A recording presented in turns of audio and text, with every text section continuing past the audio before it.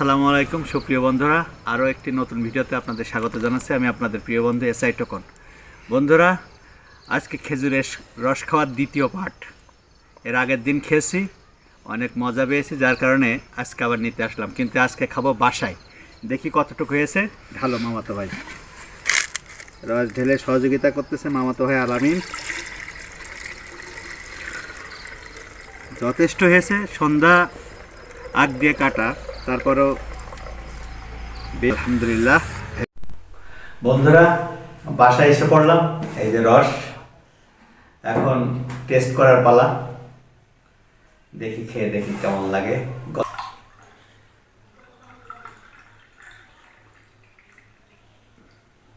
Colour, সেই colour.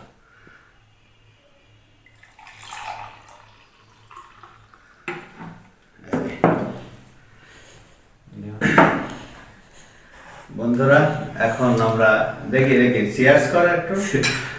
খেজুরের রস খেয়ে দেখি আজকের রসটা কেমন। বিসমিল্লাহ।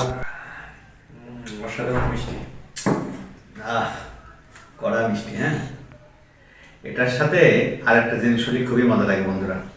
বন্ধুরা, সাথে যখন এত সুন্দর চমৎকার রস, তাহলে মুড়িতে অবশ্যই দিতে হবে।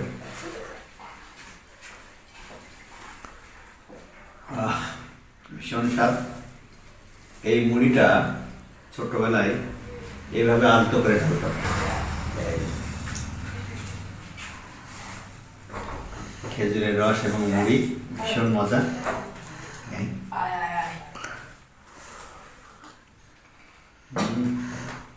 সেই স্বাদ।